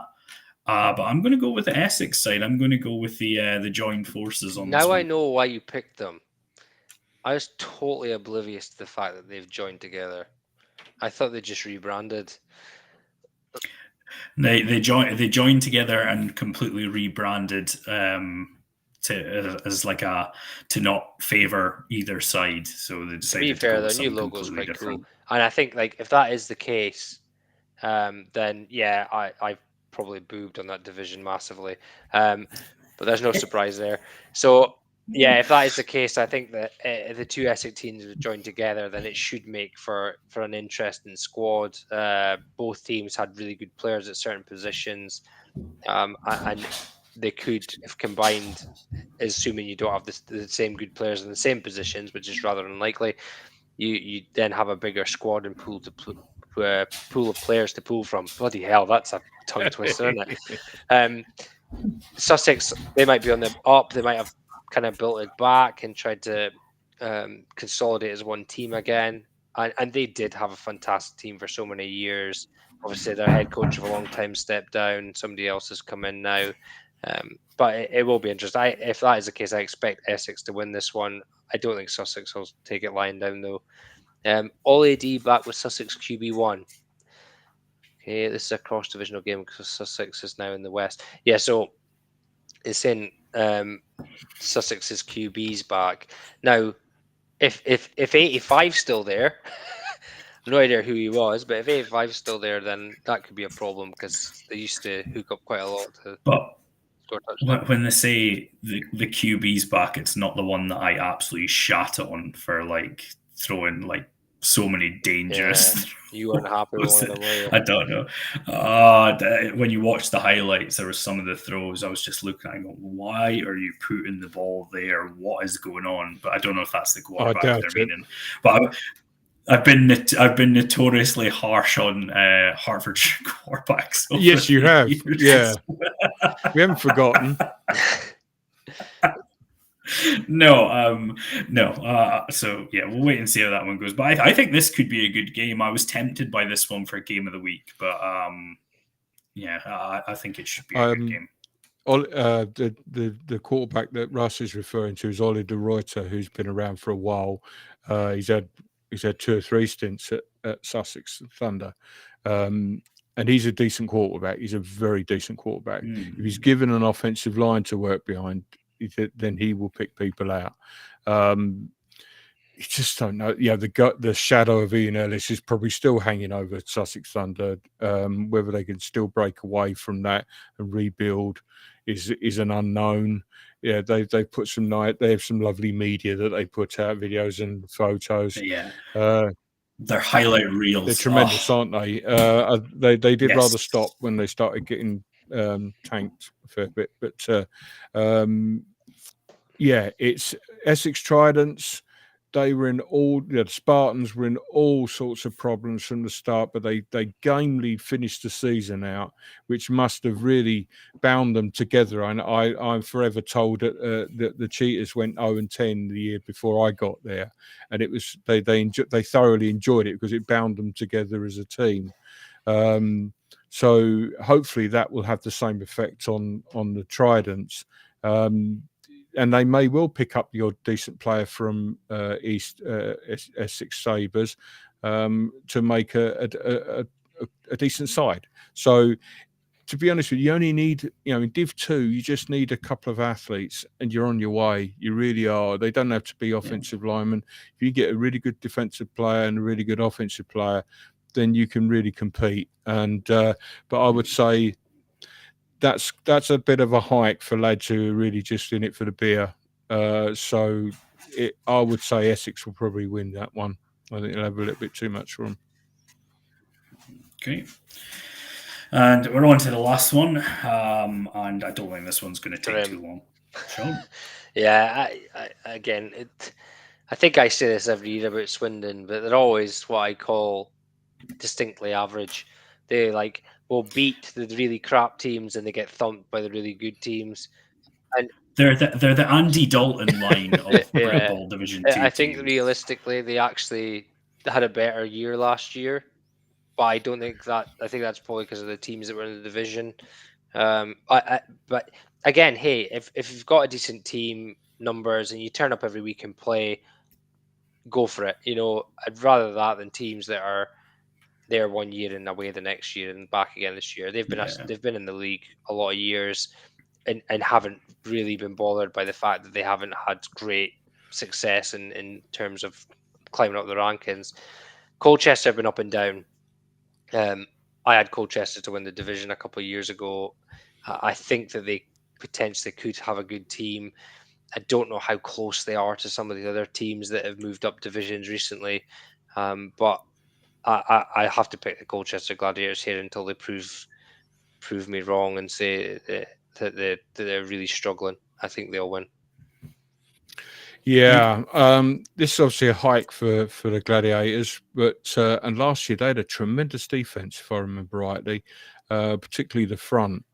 So stand by for 3-0 on this one, I think, because I think they've perhaps not had the greatest of luck moving the ball, but and I think Swindon, yeah, you're right, guys. Like they're good at beating up on the teams that really shouldn't be around, and not quite so good when they run into somebody a bit decent. This is the problem though with Div 2. You'll get, like we were in 2018, you have one team that's really keen to get out of the division and has the players to do it.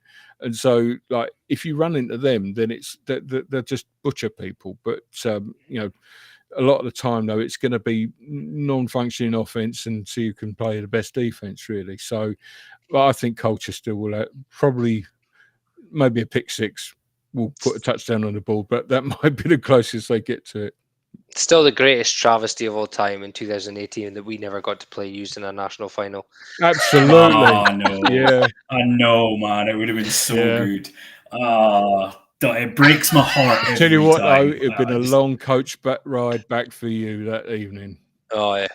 I'd have been sore. I'll tell you that much for nothing. But yeah, listen, I wish we had a really. You say, the thing is, you're right though. You say about like Division 2. You talk about 2018 as an example, and like, we were that team that was ready to get out of the division, and our first playoff game was against Furness Phantoms, who somehow went just over 500 in their division, and it was like every game they played, they were like hanging like 40 points on some of these teams, and conceding 20 or whatever, and they came up to our joint and we beat them 61 nothing or 63. I think it was 66 nothing because I was in Greece chilling out. Like, and you just sort of look at it and go, like, you could tell the level of competition they'd played against just wasn't the same as what we were playing against. So yeah, I know what you're saying about that. The only thing, that's all the games, but I do want to go back to the first slide, because this one, I know what's coming. Annoys me so much, because last year the Crude Railroaders did something I have never ever seen done in Britball in football before. And publicly closed their recruitment search because they had too many players. And I said at the time it was an absolutely shocking idea. And I since got told that it wasn't that they had too many players, it was that they only had 27 jerseys. Yeah. Like, it's wild that, like, it's really wild that you can't buy more shirts. Like, even if they just look like practice shirts. Like, but to shut down your recruitment because you don't have enough shirts is just absolutely obscene. Like, totally bonkers. Oh, I mean, my soul died a bit inside when I heard that. I was just like, I don't get how you find yourself in that situation. In all honesty, with Aaron's comment here, how many players would be too many? Never is the case. I think Solent had 73 players on their roster when they played in the Division 1 final.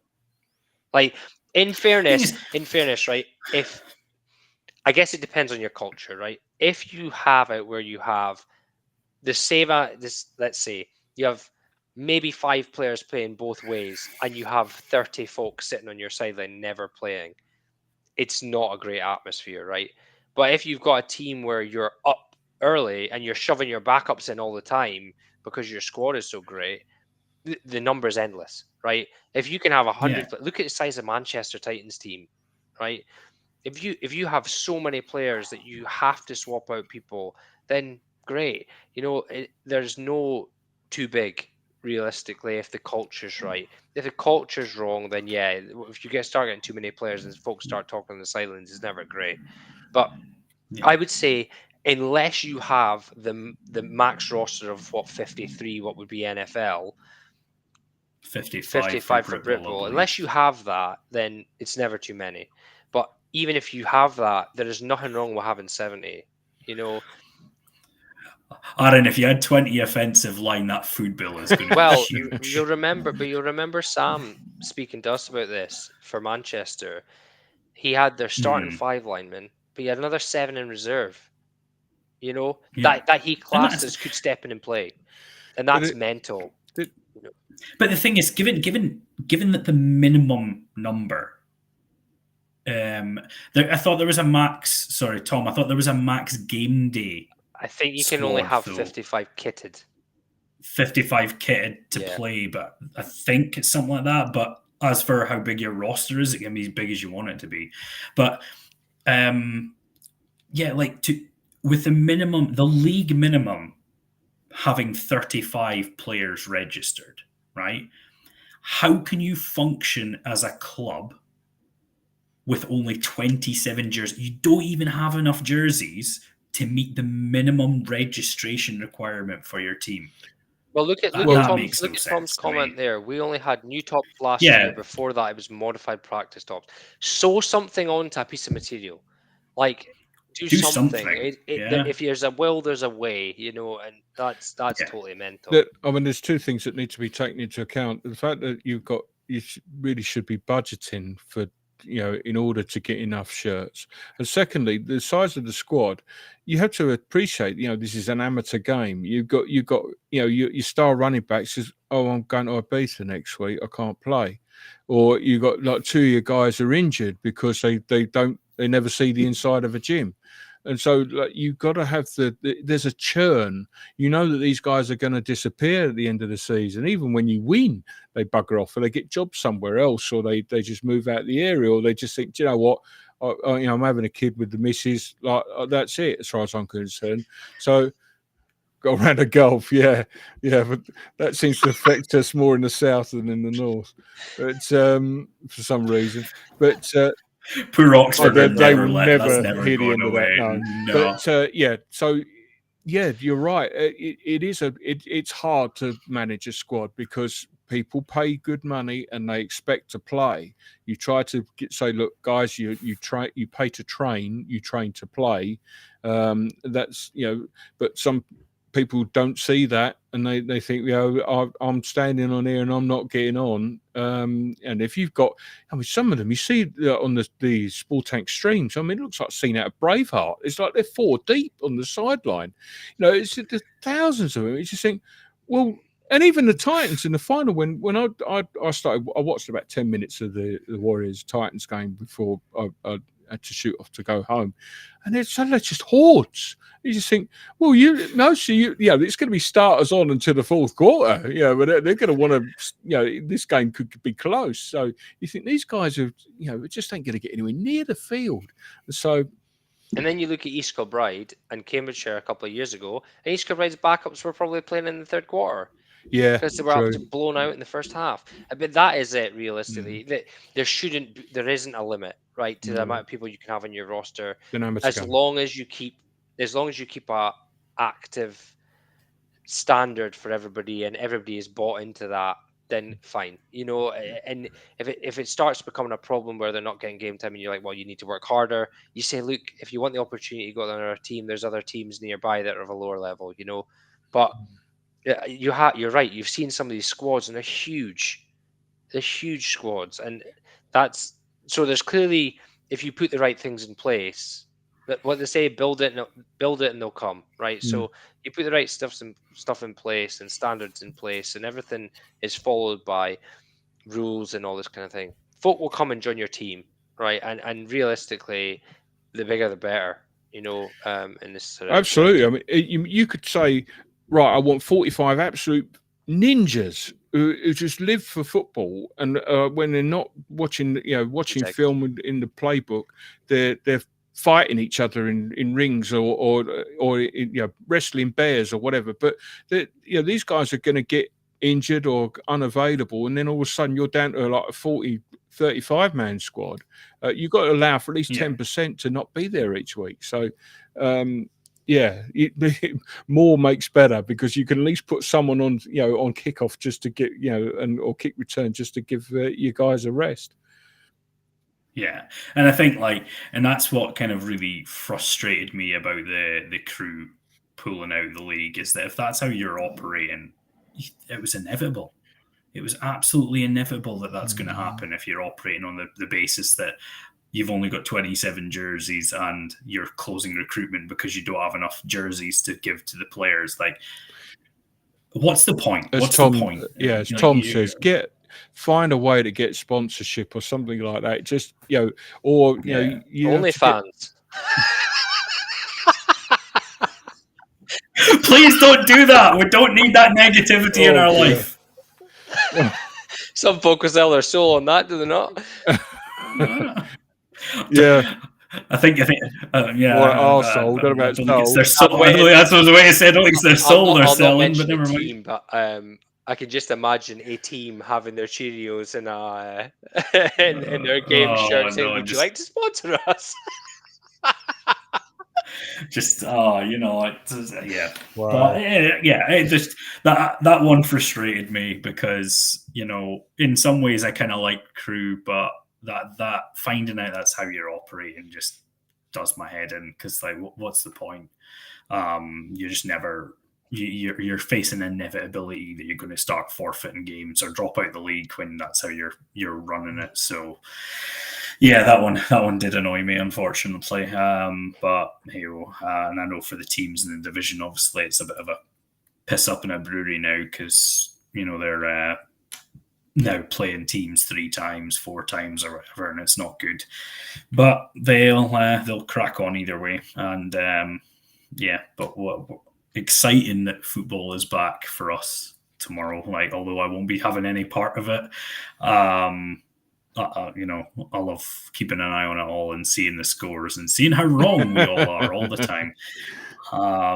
What's the streams? We've got 2, haven't we, tomorrow? Nottingham? Or 3 then. I'm just talking about the Sport Tank ones. Yeah, Nottingham have got their own one. I actually can't share it. I feel really bad. So they've sent me, so I've shared the picture of it, but I can't actually share the link because I actually am useless on social media. So I can't actually figure out how to share the link on their system. But yeah, I think there's 2 games that are live on Sport Tank. And then Nottingham have their own one as Dreadnoughts is on, isn't it? I think, if I remember rightly, Dreadnoughts. Yeah. Which, not to blow the company trumpet here, but Sport Tank streaming all these games has been huge, to be able to get access into the game and get people watching it. Tom. Yeah, it wasn't him. Thomas, I was not involved. He's part of the solution, not the problem. I was not there when this happened, so I will take no responsibility for that. Is this now where I have to come on every week and go, my opinions are of my own and not representative of my team? Just disclaimer. That tired. Well, at least you don't have to put any score predictions up. Yeah, well, that's for sure. But yeah, so no, I mean, football's back. Premier Division football for yourself, Coach Barnes, and I personally cannot wait.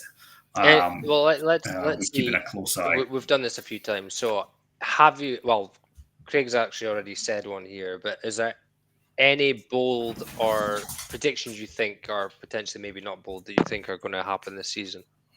Craig reckons that East Kent Mavericks and Portsmouth meet in the semi-final for the SFC. I don't know. I don't really have.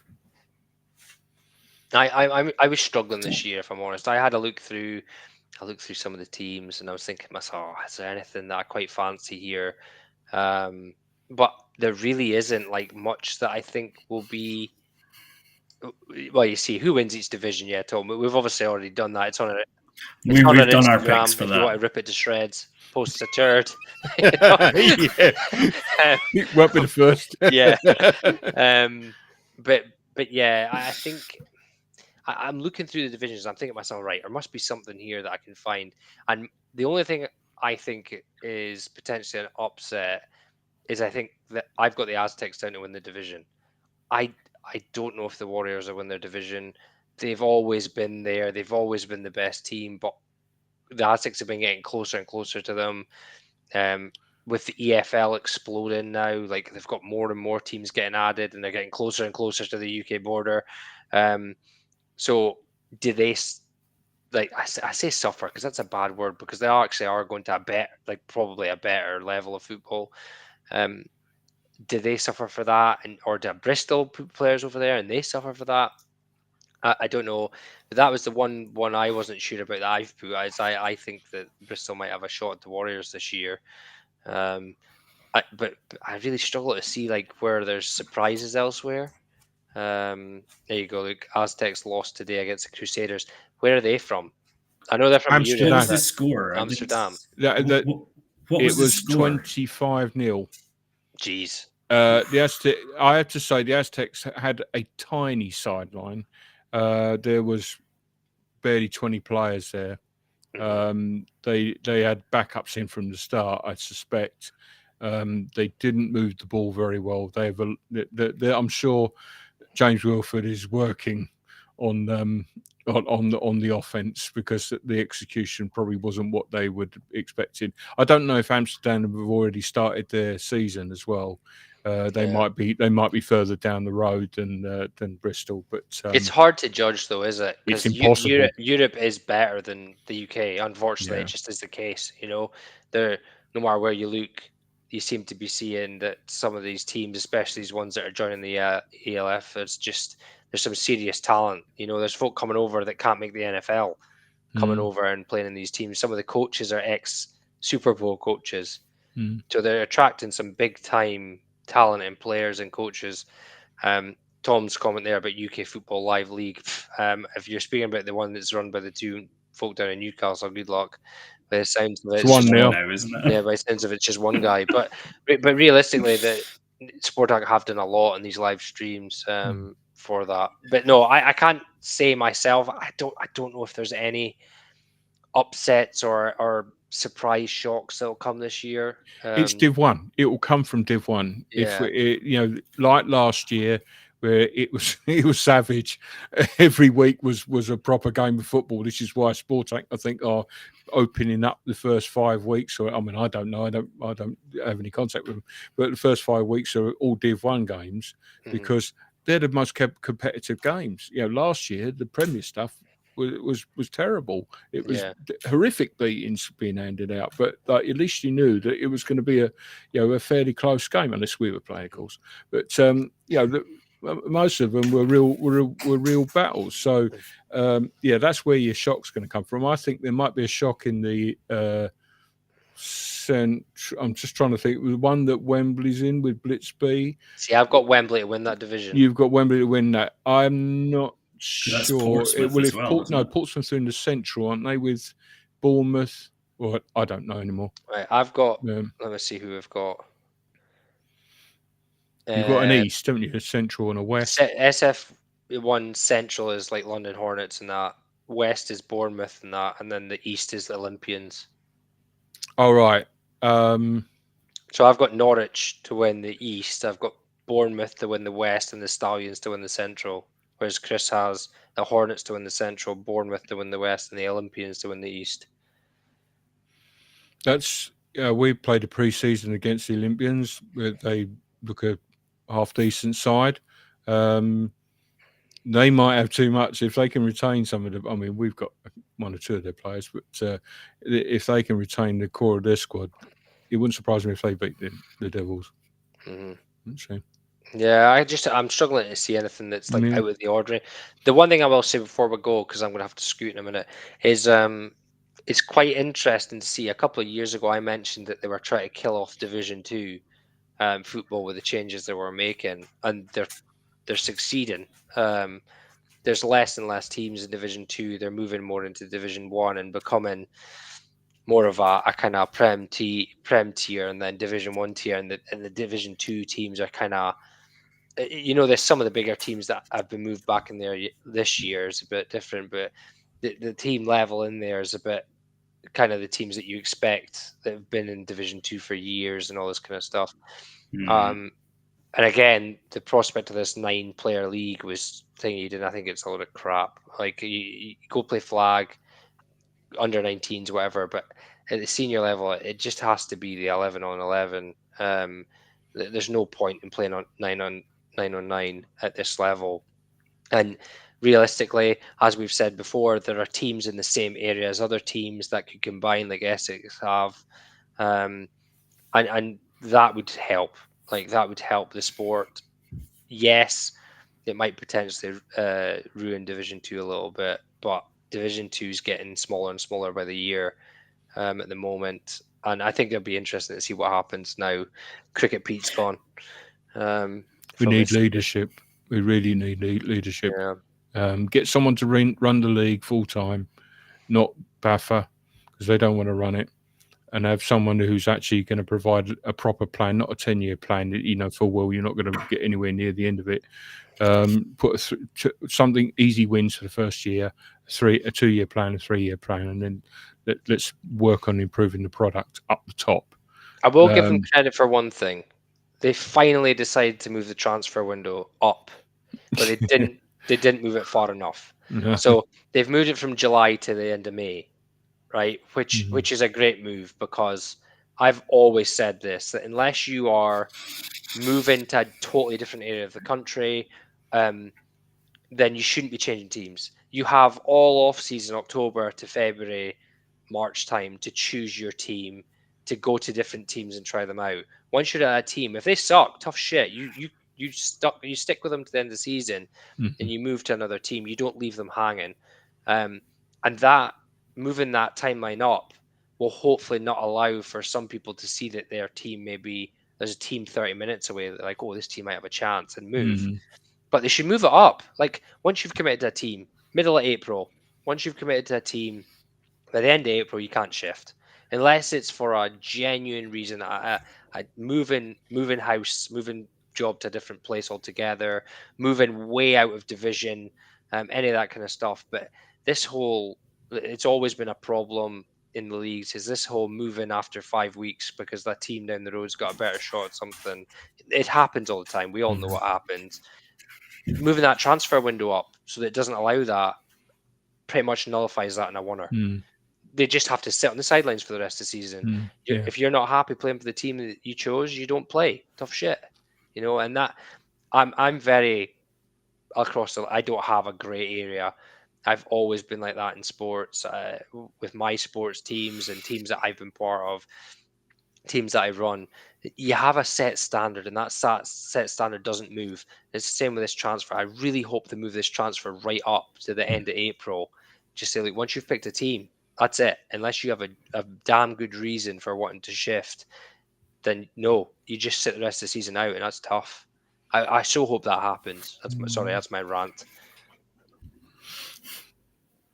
But as you can see, we're all thrilled football is back. Let's end on a positive note, shall we? I am thrilled it's back. Absolutely, I won't get to see any of it, but yeah. I'll be watching the scores online, I think. Yeah, but no, as I say, it is good to have it back, and whilst a lot of questions will still be unanswered by tomorrow, there will certainly be some questions that are answered. So we'll see how that goes. Craig, massive thanks for jumping on. I know it was short notice I gave you, but always like having you on. Always throw you in hot water by putting you in week one so that you don't know any of the scores from anyone. But yeah, best of luck to the Cheetahs in their premier adventure this year. Hey, Chris. We're keeping a close eye on it, and all the best Yeah, to you guys. Just putting a comment here. Yeah, all the best to you, Craig. What about uni players? That's totally different. Transferring from a uni to a senior team's totally different, because you're not playing against teams in the same league. You're playing against a totally different league, so that's totally different. I mean, in players moving from BAFA senior teams to BAFA senior teams, like that should just have a transfer embargo after April. But yeah, I hope your team does well, Craig. I'm looking forward to seeing the scores tomorrow. Well, since you both picked against me, that's given me every motivation I could possibly want. I know, bring you on the week when there's been no scores yet, and then both decide that we're not going to pick your team. I think this might be the last time you come on our show. I don't think we're going to speak for a while now, are we? That's just how it's going to work. But yeah, no, as I say, best of luck to all the teams tomorrow. Yes, it sounds really weird to say it, but obviously stay safe, play hard. And I will just before I go, I will plug as well. Obviously, I don't know if I'll be able to do the show every week, but we will be posting stuff on social media. So we've got at Britball Breens. If you're wanting to follow us on Instagram, we will post up plays and scores and game of the week and all that kind of stuff. We do post up things that people send us as well. So feel free to fire through some stuff to that. If I do miss it, if you send me a story, if I don't see it in the first few hours, I'm going to miss it. Don't get offended. I do it all the time. I try and say sorry to those that I miss, but yes. Oh well, exciting. And remember, stats, highlight plays, all that. Please send them to us. We'll love showing them. We'll love sharing that good stuff with the rest of the football community. Yes, Russell, we will. As I say, it'll depend on availability, but certainly I would like to be doing this every week. I've missed doing it, and so we'll see how that goes. But for now, anyway, thanks for having us. Thanks for tuning in, and best of luck for tomorrow's games. Best of luck, folks. Well done, guys. Cheers, Craig.